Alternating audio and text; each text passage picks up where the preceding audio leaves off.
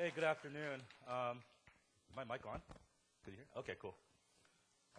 We have a new mic. Hey, coincidentally, the pastors went out to Valentine's Day yesterday, and we had some Mr. Barbecue, and afterwards we went to Miss Coffee.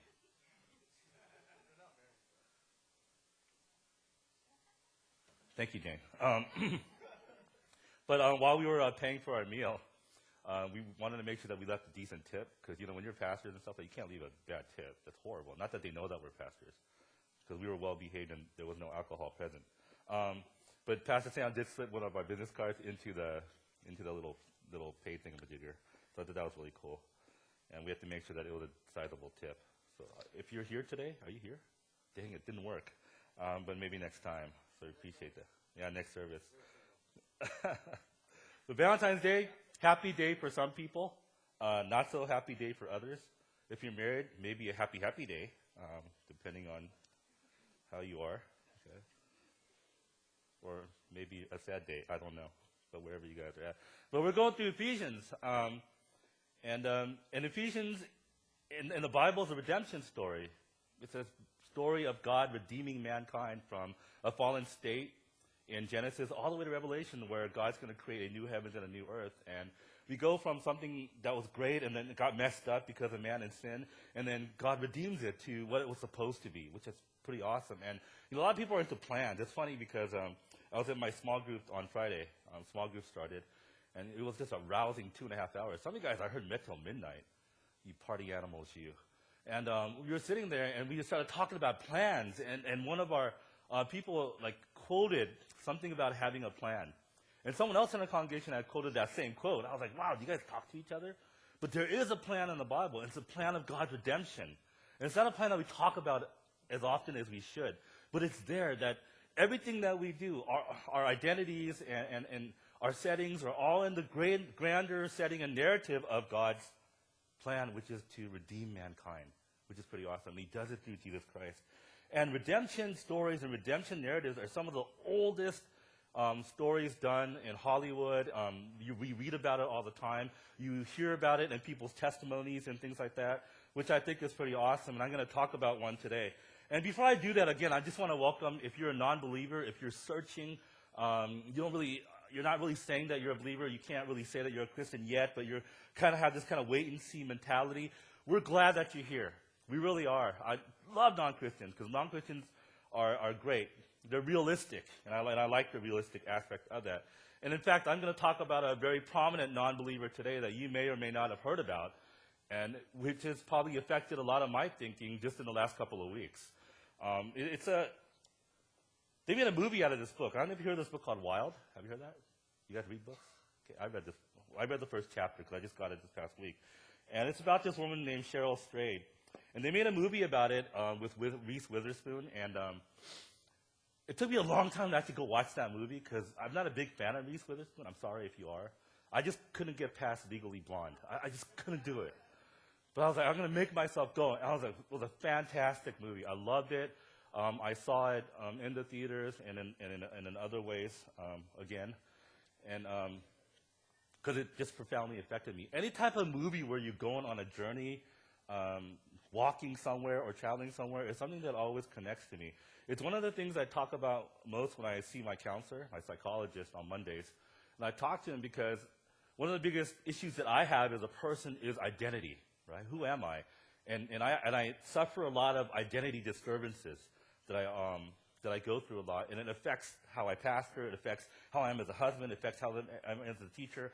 And things like this always kind of speak to me in some way. Because it's a universal truth that everybody experiences. Like, who am I? And when we really stop to think, when we stop being a mother, when we stop being a father, when we stop being a worker, or we stop being these titles that we kind of have to live by, we kind of stop and think, who am I really? And what things have influenced me to be the person that I am? And in stories like this, it's another story that was well known as Into the Wild. I don't know if you've seen that movie or read the book by John Krakauer. It's a young man who gave up all his savings, who's going to go to a prestigious law school, gave up all his money and wanted to go to Alaska, into the wild, to see who he really was, apart from the influences in society that create people and create identities in people. So he's basically saying, you know what? I'm sick of these things in the world identifying me and giving me labels and giving me titles. I need to go into the wild, into nature, and find out who I really am apart from these other types of forces. And he goes, I think, man, that's awesome.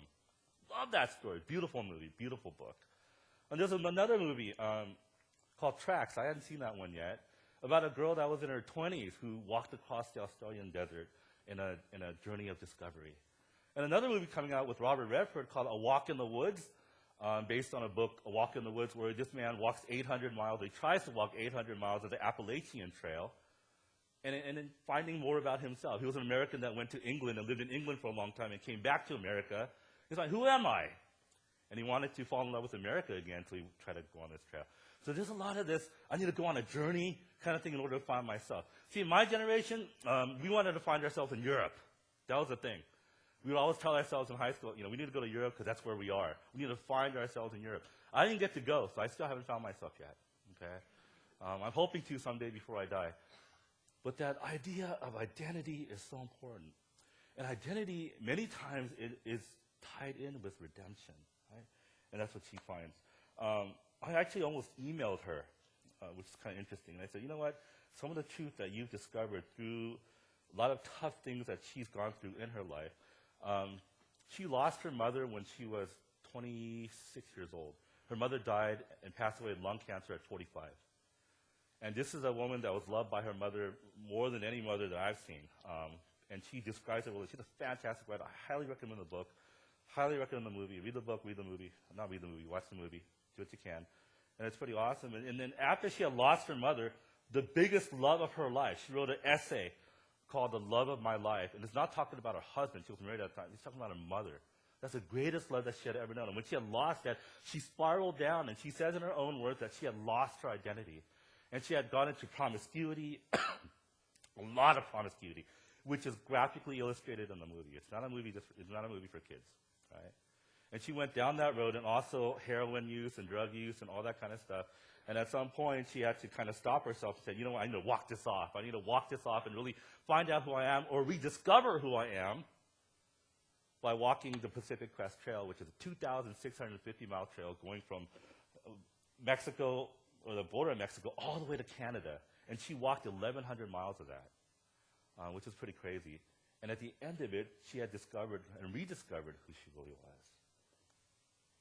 I think that's a theme that's found in our chapter today. And then Paul, as he winds down this section of Ephesians, he writes this beautiful prayer for the people that he's speaking to, the Ephesians. And I want to read that to you. And I want you to see the pastoral heart in this man as he prays for his people. He says this. For this reason, and referring back to what happened in chapter 3, and in chapter 3 was God's plan of using the church and using Jesus Christ to bring opposing people together into one. He says, for that reason I kneel before the Father, from whom every family in heaven and on earth derives its name. I pray that out of his glorious riches he may strengthen you with power through his Spirit in your inner being, so that Christ may dwell in your hearts through faith. And I pray that you, being rooted and established in love, may have power together with all the Lord's holy people to grasp how wide and long and high and deep is the love of Christ, and to know this love that surpasses knowledge, that you may be filled to the measure of all the fullness of God. Now to him who is able to do immeasurably more than all we ask or imagine, according to his power that is at work within us, to him be glory in the church and in Christ Jesus throughout all generations, forever and ever. Amen. And the heart of this pastor, and speaking with the Ephesians, is that the people that he ministers to would be rooted in God's love, that they would know God's love, that they would try to know something that's almost immeasurable, to know something that's almost unknowable in terms of the quantity of God's love. And being rooted in that, I want you to be able to experience strength and power as you live your life for him, and to give glory to the one who sent his only son to die for you, which is an ultimate expression of God's love. That they would consider that, so that they would give glory to him. What an awesome prayer. And it ends this section about how people's identities are formed through the redemption of our Lord Jesus Christ.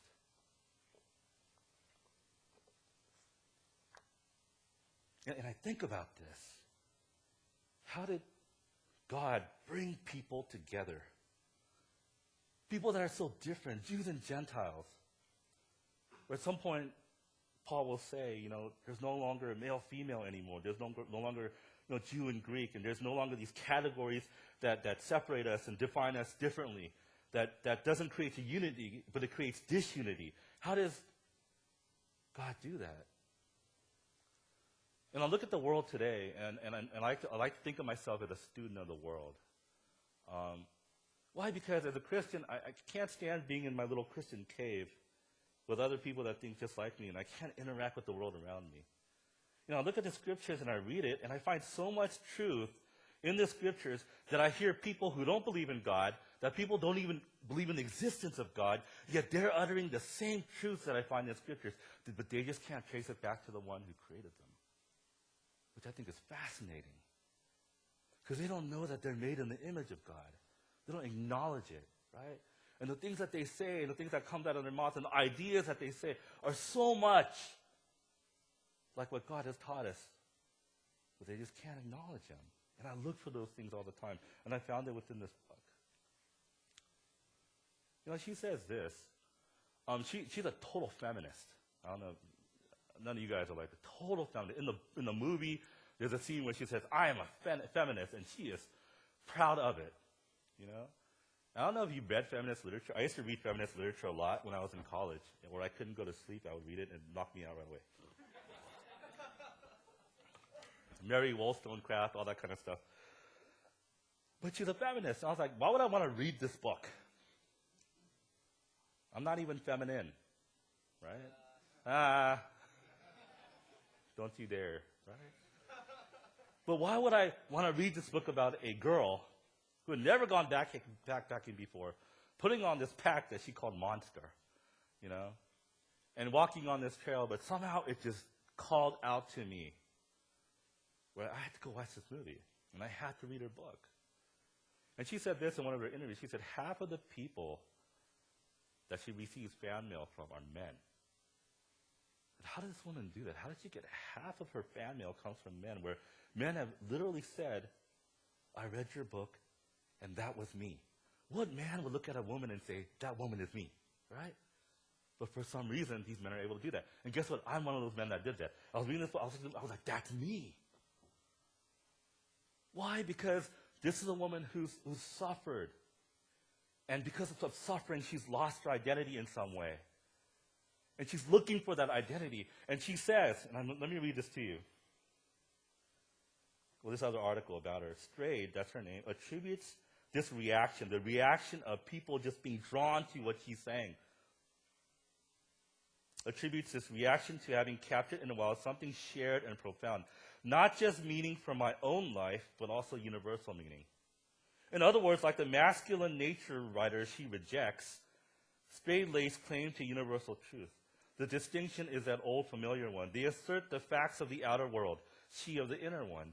To write Wild, Strayed said she had to determine what's deeply true about my experience of grief, my experience of journey, my experience of solitude, my experience of reckless behavior. Once you get to that, when you really tell the truth, you're actually speaking a universal language. I really believe that. What she's saying is this: even though she's a feminist, she's a radical feminist. And another interview that I looked at and read, and she flat out says that I'm a radical feminist, but she's able to talk about things, experiences that draw humanity together, because what she's talking about is innately human, right? Suffering and sin and promiscuity and drug use and trying to cope with life by doing things that you really don't want to. Where she even says, the things that we're kind of doing to kind of cope with life ultimately makes life even worse. It doesn't make it better. And she had come to realize that. And how many of us in this room can even listen to something like that and go, you know what?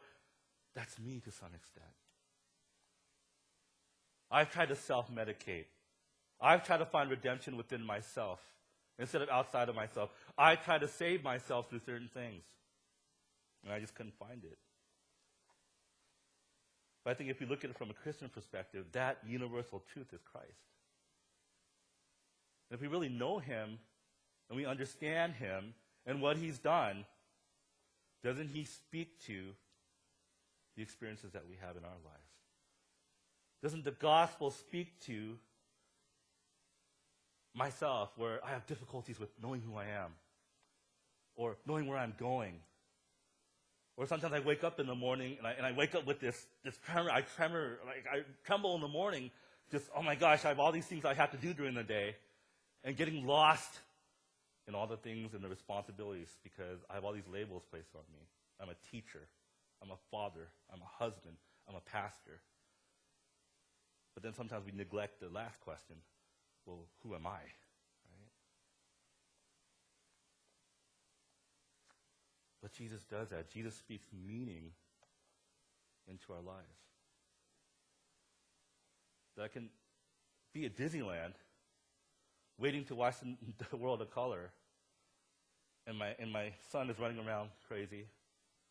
You know, I have a new nickname for my son, the Sons of Anarchy. Wow. And then some lady came up to me and said, "Are you a Christian?" Because I called out, "No, Timothy." He said, "Yes, I am." He said, "We're missionaries, and we're here." At Disneyland?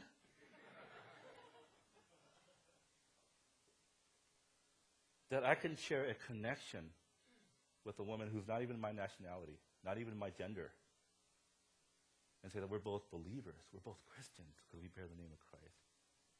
And that's what Christ has done. You know, we have more in common with non-believers around us than we think. And there's too many times I grew up in churches where, you know, it was us and them. It was believers and non-believers, and believers, and then there's a P word, that sounds really good, and pagans. You know, what are pagans? Those are the people that with spears and jump up and down and just some, I mean, that's what we think pagans are, right? And we think of it that way, and we name them, we label them in some way, instead of understanding that they're made in the image of God too, that Jesus Christ has died for them too.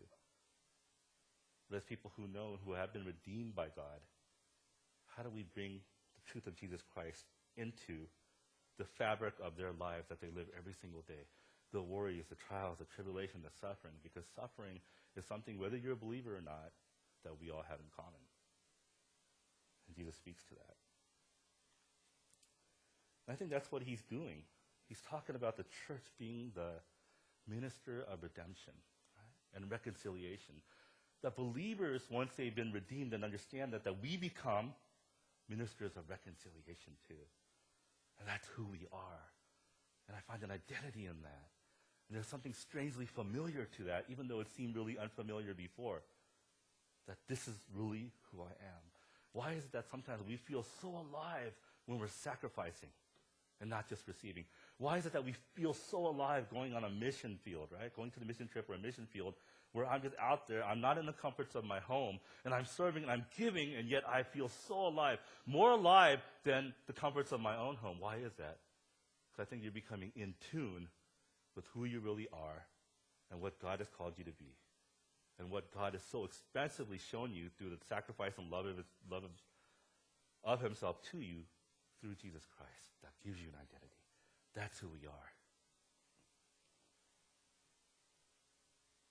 Because in Christianity, our identity isn't just limited to who I am. It's also where I am.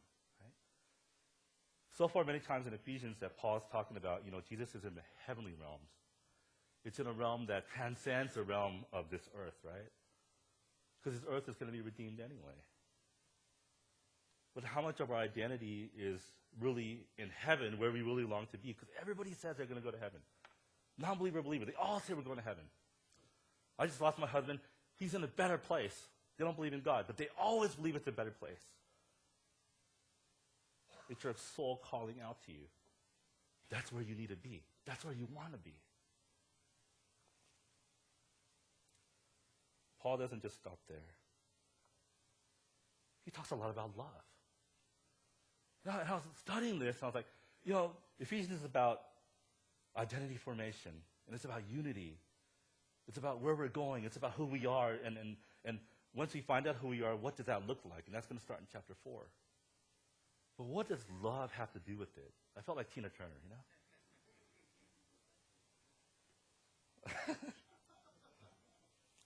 Be careful, Sam. No. But then I realized something. Love has everything to do with it. Because what does he say? I'm going to read it again, verse 17. I pray that you, being rooted and established in love, may have power, together with all the Lord's holy people, to grasp how wide and long and how high and deep is the love of Christ. Why is love such a defining principle and determining identity in who we are? And I wonder how many of us really know that, right? You know, I've been watching this show. I'm ashamed to admit that I'm watching, called Fresh Off the Boat. Have you guys seen that yet? What are you hooing about? Better than the Margaret Cho one that when I grew up with, American Girl. I'm ashamed to, I don't know, man. I can't believe I watched that. I'll never get that time back, ever. It's gone. But in it, what do they talk about? There are some funny scenes in there. I think it's kind of fun. The main guy is actually Korean. His wife is Chinese, because that's what they do, in America. When we talk about Asians, it's just, they don't play their parts. And it's about a Chinese family. But there's this one point where things get into trouble when you say stuff like, I love you. And they start going, oh, what's going on? At one point, one of the reactions was, oh, hell no. And I was like, what kind of reaction is that when someone says, I love you? Because Asians don't say I love you. And the woman, the wife, right, says later, she says, all this trouble happened when you started putting into words your emotions. And I thought that was so funny. Because that's not what Asian people do. We show love through, nagging and asking you to do your best and getting straight A's on. I started laughing. It was so funny, right? I was like, that's my life. That's me. I was connecting,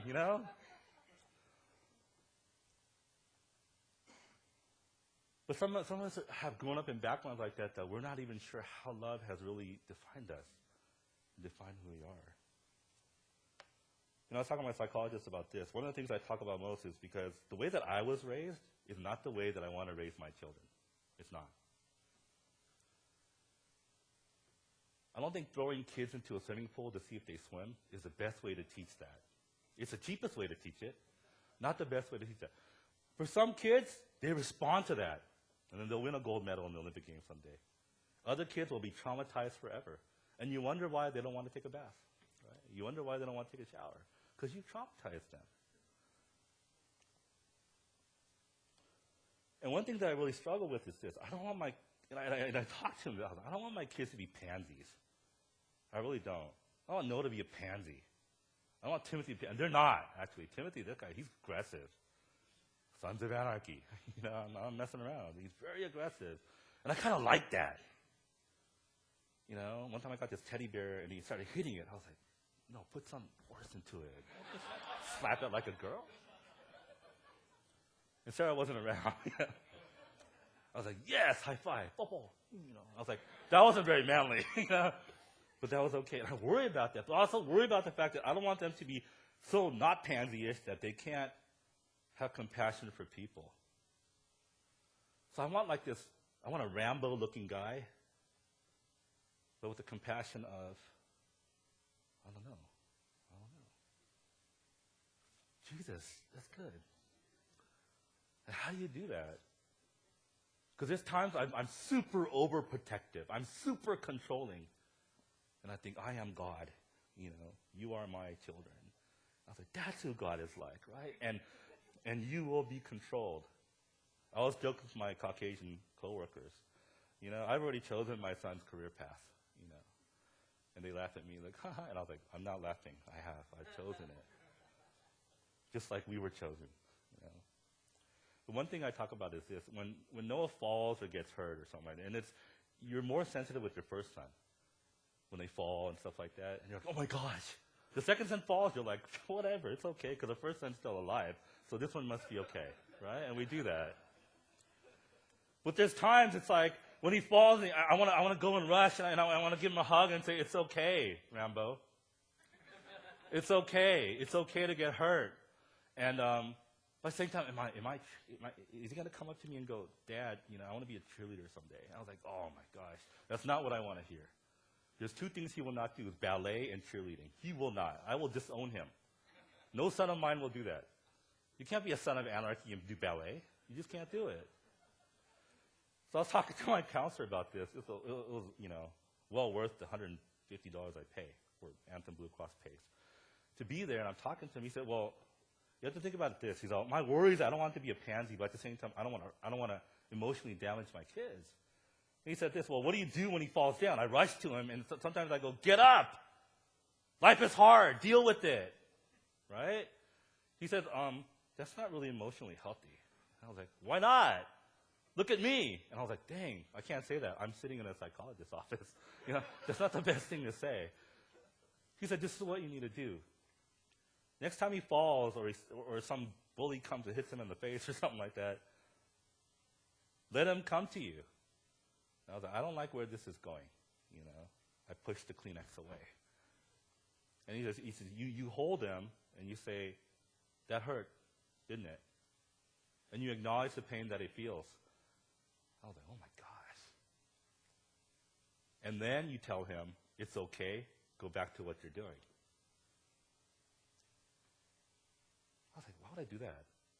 I'm Asian. That's not the way we raise our children. That's what Caucasians do. And Bill Cosby on the Cosby Show, right? I shouldn't use that example. I'm sorry. Yeah, sorry. Yeah, that's what happens when you go off the script and you just stick with the script.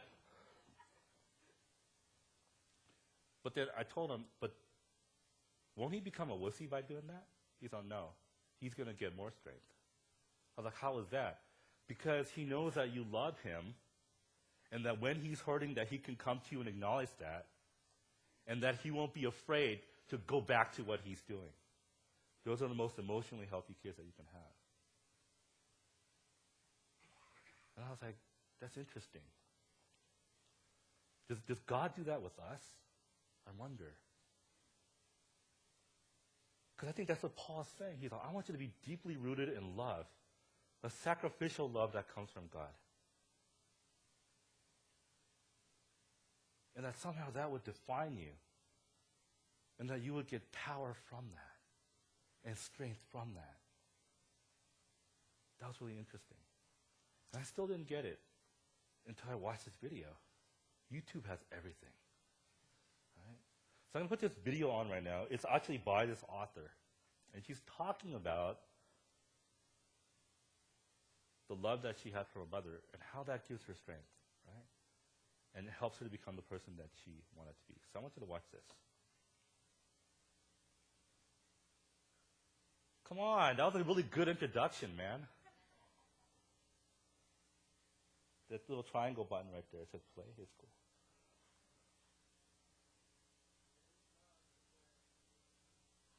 So here I was trying to destroy myself because I love my mom so much.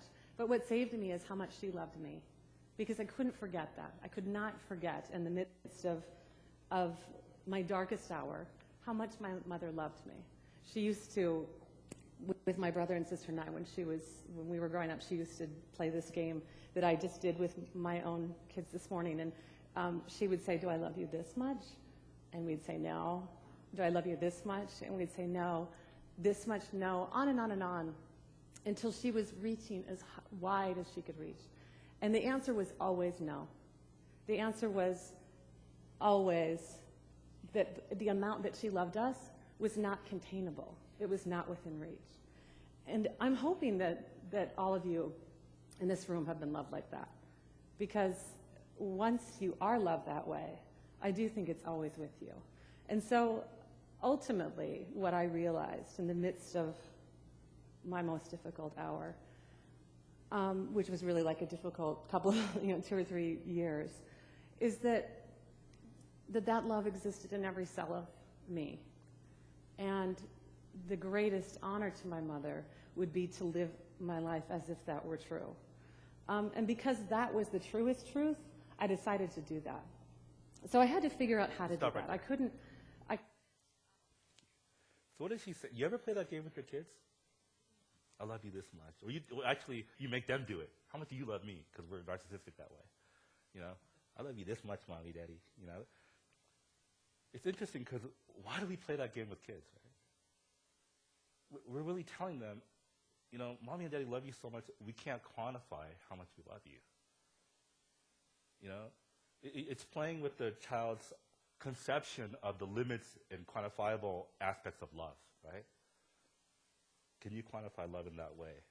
And kids get it. They stretch like this, I love you this much. And we do that back to them, right?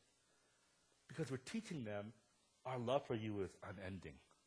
There's nothing that can quantify your love. And doesn't that sound like what Paul is saying in verse 18? Right? That you may have power together with all the Lord's holy people to grasp how wide and long and how high and deep is the love of Christ. And to know this love that surpasses knowledge, that you may be filled to the measure of all the fullness of God. He's saying by considering the unending love that God has for you, a love that cannot be quantified. The only thing that you can really know about God's love is that I can't really fully know it in terms of its quantity. I just can't. And that will lead you to being filled to the measure of all the fullness of God, meaning that you would have an identity and a being that resembles the one who created you. I think it's amazing. Because she says that. She's like, that's the love that I had for my mother. And when she lost that, she spiraled down. She had lost her identity when she had lost the love of her mother. It was crazy because she was in a happy marriage at the time. An awesome marriage. Right? They were married for like 4 years. And she had constantly cheated on her husband. This is a time where they lived in Minnesota. She drove or flew all the way down to Portland, and she was with some guy, with some heroin addict that introduced her to heroin. And her husband, this was already when the marriage was on the rocks, drove all the way from Minnesota, all the way to Portland to get her and rescue her. And she was saying it got so bad that even her girlfriends wouldn't defend her. The girlfriends defended the husband. He's like, how can you act like that to a husband that loves you? Because she had lost that unquantifiable love that she had from her mother. But then she came to a point where she said, even though I have to live this life now, a life that's difficult, a life that's hard, I had to learn to live it without my mother.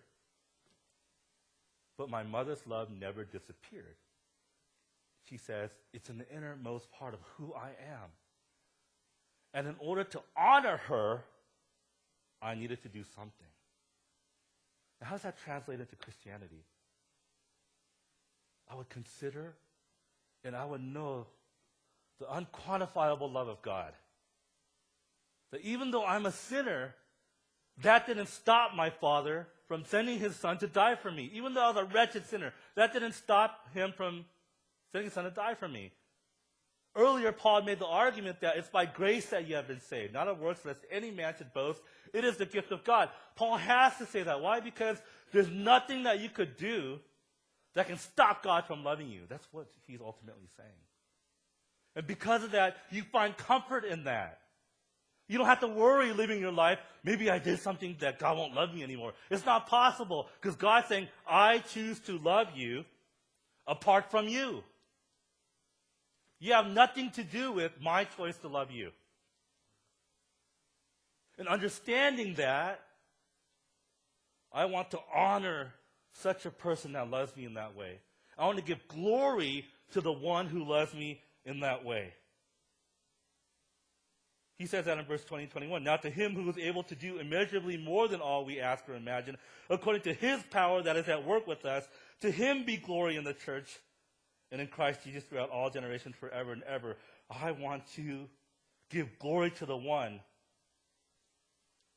that loves me in this way and has redeemed me. And I find my identity in that.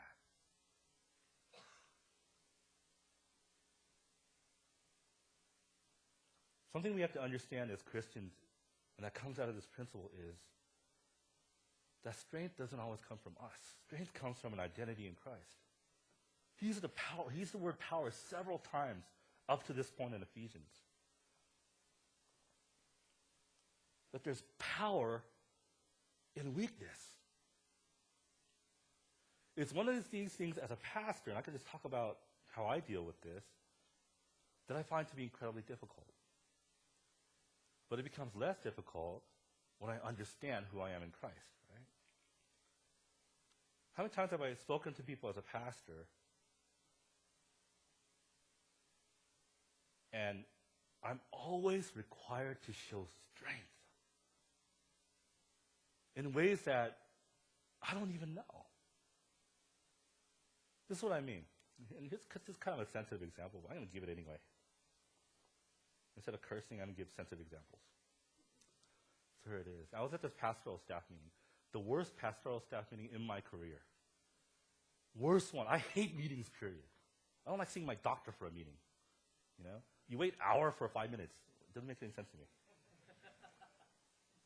I'm sitting here. We don't know why we're at this meeting. So I was with the other staff members. We were called into this meeting on midday. We knew something was going on. And the head pastor walked in, sat down, and he looked at us, and he wasn't very happy. And he sat down, he took his deep breath, which is Korean for, you messed up. I was like, okay. And then he goes on this like 5 or 10 minute tirade of all the things that we're doing wrong. We don't know where this is coming from, because when we came to the church, I was like, what are the expectations for me at this church? He's like, do whatever you want. Awesome. Do whatever you want. So we were doing whatever we wanted. But you're not doing this fast enough, you're not doing that fast enough, you're not doing that. And he looked at me, he's like, you don't smile when you come to church after work. You look tired. Our people deserve better than that. Don't look tired. I was like, I work. We're special ed kids all day who ask me the same question over and over and over again. And this man never had a job in his life. At the end of this, he said, if you're insulted by everything that I'm saying, good. Because that should motivate you to do better. So I'm supposed to be more godly by being insulted? Yes. I was like, okay. And then he said this. This is the kicker. And I really want to get, and he said, the reason why I want you to do this is because I'm a Korean man.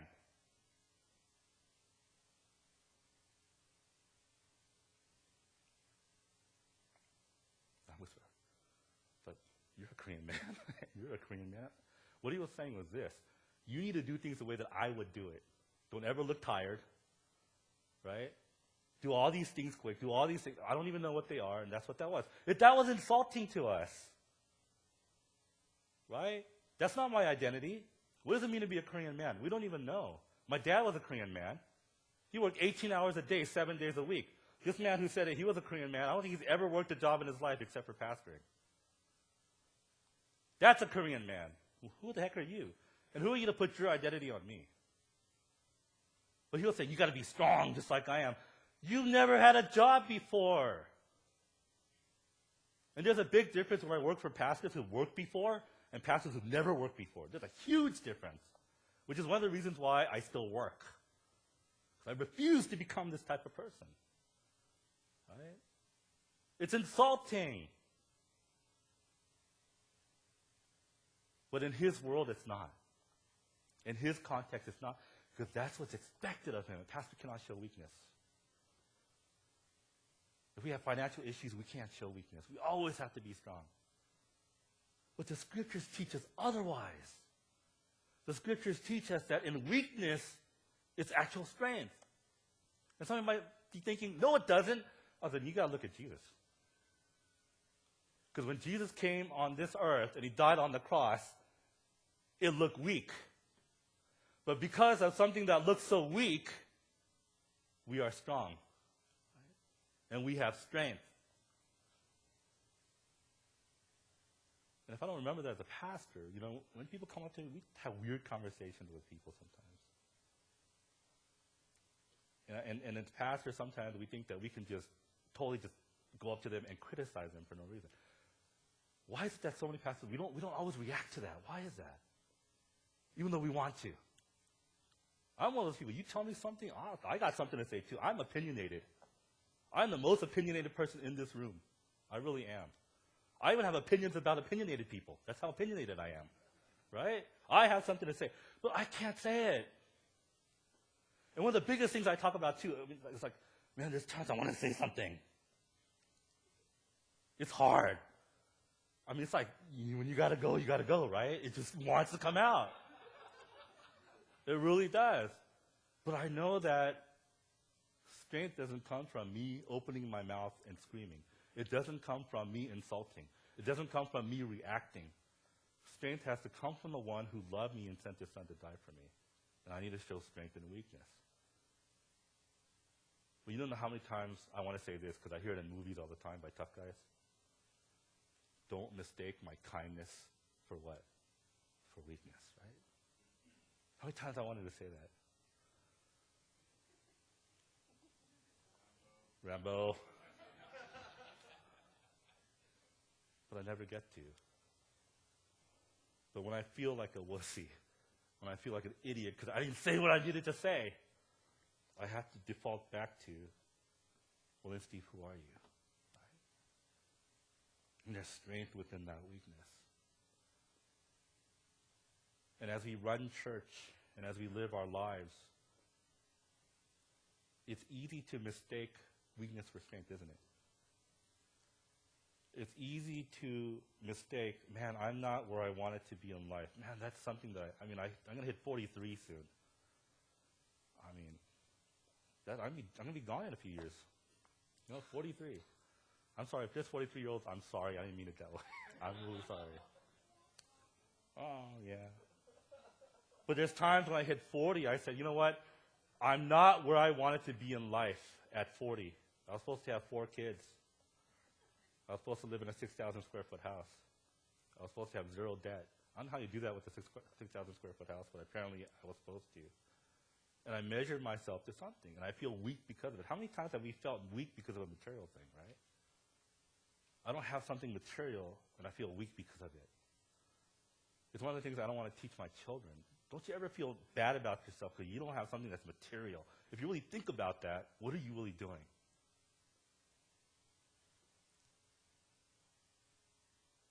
But we can't do that without the love of God. We can't do that unless we know that we're loved by an immeasurable love. And we need to have knowledge of it every single day. Which is why in church we always say we love each other. We do all that kind of stuff. And love exists in the community. Let me leave you with this. I've been watching that show, Sons of Anarchy.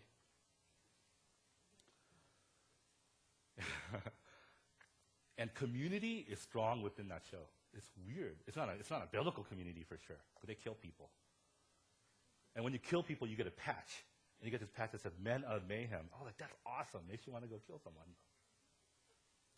But you know how many times, like these gangster biker dudes, they have these cuts and stuff like that, and they have little things that say they killed people. It's so weird. I watch this show, it's just like, Arr, and they're like, Arr. You know how many times they say, I love you, brother. I was like, what's wrong with the show? I just tapped like 5 guys and blood everywhere.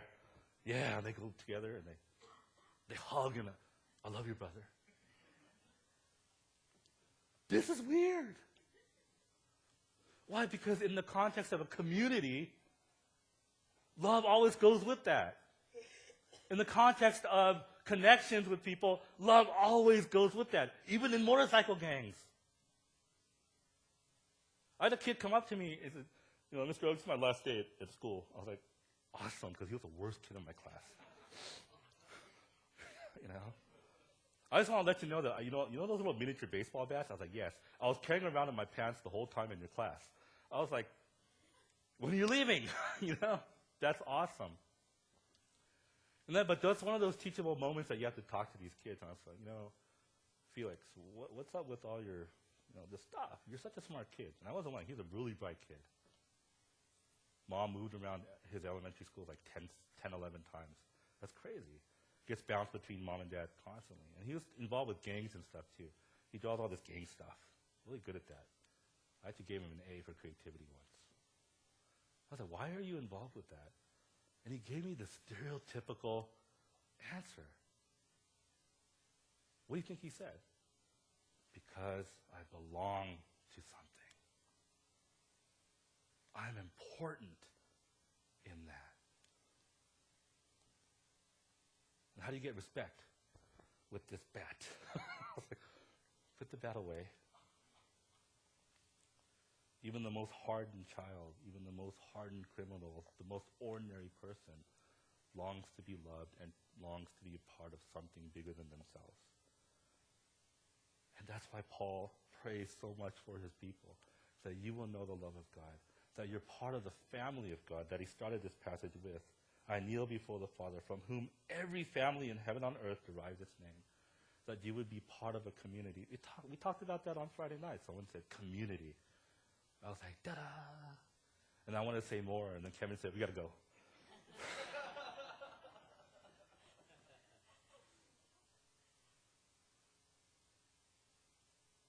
And what God is commanding us to do is this. The very thing that we long for, the very things that we know that come from God, we are to put into reality. And that reality is called church. And the reality is called a community. And the reality is called a family. But we all know it unless we know the love of God. And that we would honor him. And that our identities would come from him. Right? Let's pray.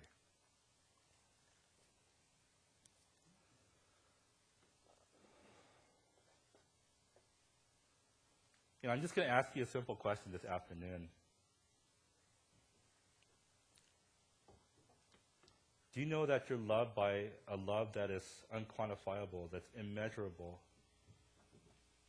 That even if you could quantify a love that you wanted from God, that God would exceed that love that he has for you? And do we know how being loved by a just and righteous God that would not withhold his only son to die for us, how that affects us every day of our lives? Do we know that? Do we know that our identity, who I am, and what I do and where I am, all comes from this love that God has for me? Because everyone in this room wants to be loved. Everyone in this room wants to be loved by an immeasurable love. And you look for it within people. You look for it with your wife or husband, your family, and you just didn't find it. Or maybe you found glimpses of it. Or maybe you think you did. But there's a love that's even greater than that. And it comes from our Father. And I would ask that you pray right now and just say, Lord, I want to know more of your love. I want more of your love. And I know you want to give it to me. And you have. And I want to know who I am in you, and find my identity in you so that I may give glory to you because you love me so much. I just kind of make that a prayer right now.